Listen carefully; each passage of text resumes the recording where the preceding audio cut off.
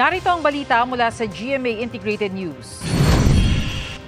Dahil sa bagyong Enteng, suspendido ang klase bukas sa lahat ng antas sa mga pampubliko at pribadong paaralan sa Bataan at Camarines Norte, pati sa Santa Cruz, Laguna, Magallanes, Sorsogon at Calbayog, Samar.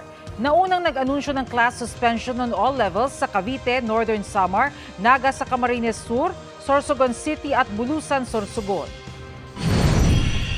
Narito naman ang iba pang balitang binabantayan ng GMA Integrated News. Dahil pa rin sa bagyong Enteng, gale warning nakataas sa eastern seaboard ng Southern Luzon at northern seaboard ng Visayas. Mga customer ng Manila Water sa ilang bahagi ng Taguig at Cainta, Rizal mawawalan ng tubig bukas mula alas 10 ng gabi hanggang alas 4 ng madaling araw dahil sa line maintenance. At Metro Manila Council nakatakdang magpulong ngayong linggo kaugnay sa dumaraming kaso ng MPOX sa bansa.